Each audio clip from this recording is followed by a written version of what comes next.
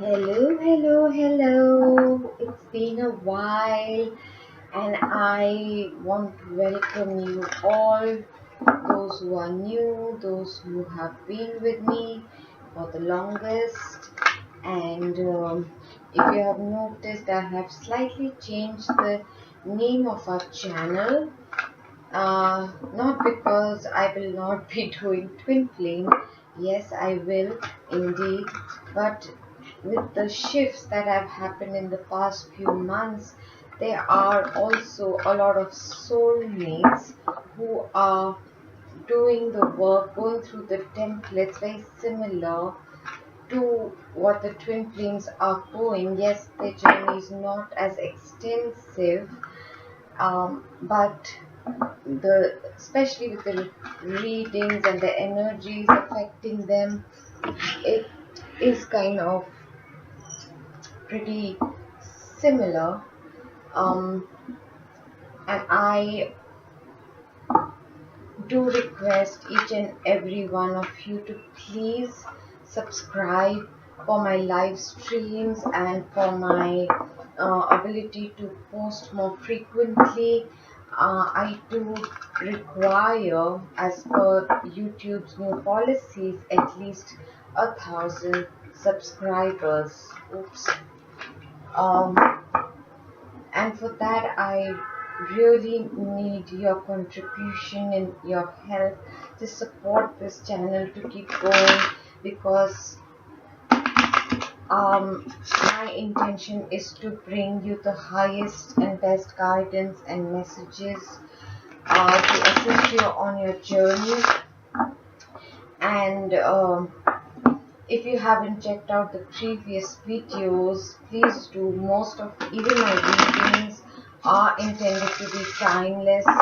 Whichever one you are attracted to, you can just listen to your intuition, let your intuition guide you. There are explanatory videos about this journey, and one of the last ones I've done is for those who have reached the stage of the void, where you have nearly finished your inner work and healing. I say nearly because there's always something that will turn up, and I will make one what comes right after that. So today what I'm doing is I'm checking after where everyone has been going through a lot of stagnancy. This one is intended for those in separation and in no communication. I intend to make about 10 minutes or 15 minutes so I can upload this easily and see what is the storyline developing. So there is no time limit, and you can just see where you're at this journey if you are in separation and there's no communication with your divine masculine or feminine, as the case may be. This seems to be absolutely gorgeous. Just one more and then you can get on. Superb. I cannot. I mean, to be honest, I was, um, you know, okay. Let me get started. It's beautiful. The first card, Ten of Swords. There was a lot of pain, a lot of hurt, a lot of a sense of betrayal, because some of you have even felt to the extent that the soul contract between you and your divine partner, your deep soul connection, your sacred connection, was broken, and your trust was betrayed, or you have felt you have gone through stages of healing the feelings of abandonment, rejection, seeing it from the eyes of it being a failure, to feeling that you did your work and your part, but not your partner, not your counterpart. And then moving through the grief and learning and growing and becoming self-sufficient and doing all of that to even reaching the point of I don't care, I'm going to manifest someone new if that's what it needs to, or I'm just going to continue and find my own inner happiness and joy, which is an extremely crucial stage on this path to, not put up, not settle, to not compromise. I'm filling out clarifiers for the first card. And so there was this whole sense of pain and betrayal, and to the point of that a soul contract was broken, and feeling that the divine masculine energy let down the collective divine feminine and giving up hope on it. And if you look closely, there's a fawn, a baby deer standing there looking, the innocent feminine right there looking at what has happened over here, because the act that the divine masculine did to he did to the feminine, he actually did to himself. And yes, she felt that in pursuit of money and earthly matters, he turned down a love offer, and he turned away from emotions in pursuit of security. And that though there was so much, initially there was so much passion and there was so much excitement and everything was so wonderful, it was at the stage, it reached the max point of the pain and the letting down and the negativity and the mental anguish reached its pinnacle till you couldn't take it anymore, right? And then the next stage of this was coming to a crossroad. Okay, a decision had to be made, and especially for the divine feminine, it was mostly about should I wait or should I move on, and what does moving on actually mean? Does that mean I have to let this person go, let this divine connection go, or what does it exactly mean? And they have to take a decision. What exactly is it that they require, or what, to learn to respect themselves enough to walk away from even the sacred partnership if it was not matching up in give and take, in energy, in emotions, in all of those. So, and for the divine masculine, it was about the life they were accustomed to, even though they might have been unhappy and not getting emotional fulfillment, but it was safe, it was known, and they used, I'm not saying it's an excuse they use, but yeah, they kind of used words about obligation or the right thing to do, or this is, my, they just were comfortable. And even though the zone in the corner that they were in, the space that they were, it was not extremely comfortable or a happy place to be. They chose it because they were more accustomed to it, and that is what led to this 10 of swords in the divine feminine. And the divine feminine, what she doesn't realize is whatever the masculine did to her was he was actually doing to himself as well. And so now with the choice and decision, there has been this feeling of being left out in the cold, and about loneliness. And it seems to be, should I do without the money or should I do without the love, the divine connection? It's not that the masculines have not been awoken to the connection, the bond over here. They're feeling extremely left out and lonely. And so the divine feminines have been trying to heal that aspect within themselves. Both have realized this inconsistent behavior, this purely based on lust or desire, or the amazing chemistry between sacred partners is not enough, and that cannot continue.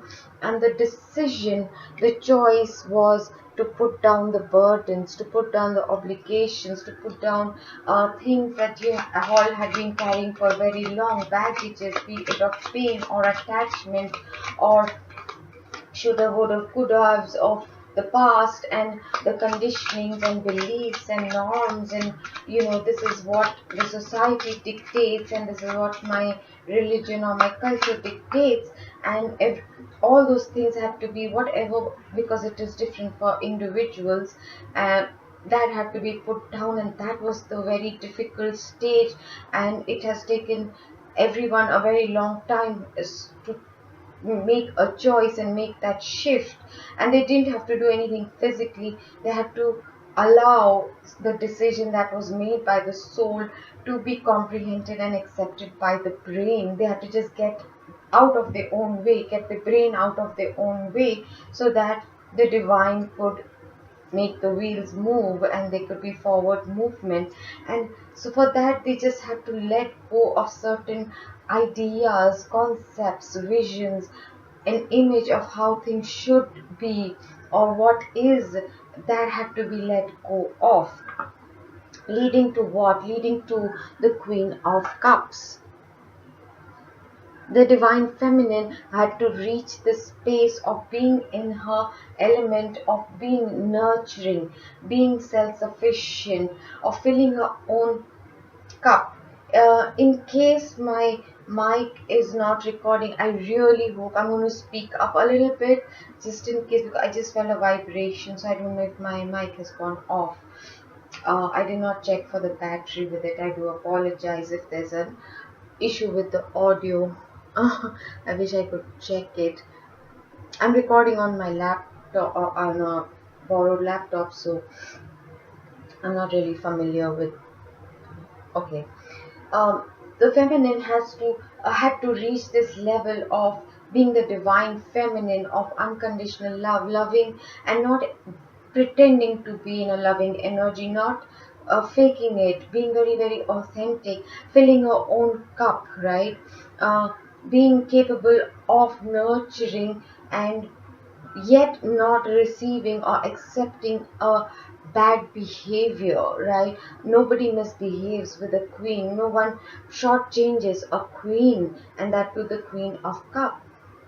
For the masculine, he had to recognize what true love was, because he was used to feminine energies that used wills and wiles and false charm and placating his ego, and buying his affections, be it with boosting his ego, flattering him, using sex, using money. A lot of things have been going on, and they had to recognize what is a true connection, what is true love, and allow within themselves their feminine side. Every masculine also has the feminine energy within them. They had to allow it to rise. They had to want to become nurturing and give unconditional love as well, not just be a taker, which a lot of masculines were in the energy before. Both had to learn to listen to their intuition and go with it, allow the shifts and the changes that the universe was making happen in the last few months, the changes, the dramatic breakups, and letting go of certain people for temporary, at least, getting into isolation, getting into hermit mode, being in the hangman energy of introspection, of meditation, of making sacrifice, letting go of the old structure, letting it crumble and fall, and be it karmic relationship or toxic situations or people, or putting up with certain toxic behaviors, that all had to be crumbled and destroyed, the transformation to take place. And that had to happen, because otherwise justice was not being served. There was no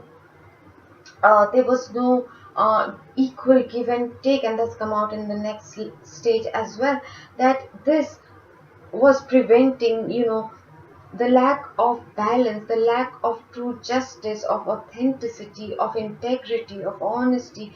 Transparency was so missing, which was preventing the tower to fully take place. The truths were not being spoken to yourself or to others, and which then blocked you to from listening to your intuition, and there was no clear communication, there was no truth that was forthcoming, and this was required so justice could take place in the tower, and the high priestess and everyone could come and recognize what is true love. Okay, what is after that is so beautiful. 10 of cups, absolute emotional fulfillment, absolute wishes coming true of the home, finding your home within each other. The progression is so beautiful, which could only be done, which would only happen after this decision was made, the Two of Wands, right? Again, what was preventing it was the feminine energy was not being allowed by herself, her fears, and he not participating kept her stuck, feeling unworthy, questioning herself, low self esteem, feeling unloved, feeling rejected, feeling all of that, feeling that she did not receive her dues, and he feeling that he did not give her her dues, keeping secrets, not having the courage to dive deep into your own psyche and face your shadow aspects, befriend certain of them, accept, heal your inner children, understand and kind of be a loving parent to your ego, which was required very much. That is dealing with the moon aspects, and with in the next few days a full moon coming up, which is going to be really, I feel, significant, with Uranus in Taurus, and right now being the Taurus season, and this is full moon. Full moon is about emotions. I feel a lot of changes. I feel a lot of things that need to be spoken, that need to be addressed, so that we can understand where our heart is. Home is where the heart is, right? Remember that saying. It is really true, to recognize and to start taking decisions and taking actions can happen, which has already happened in the 5D level. Leading to what? Leading to what? Four of Wands, the twin flame union card for me. The solid stability, the foundation, the happy home, the coming together in a harmonious union.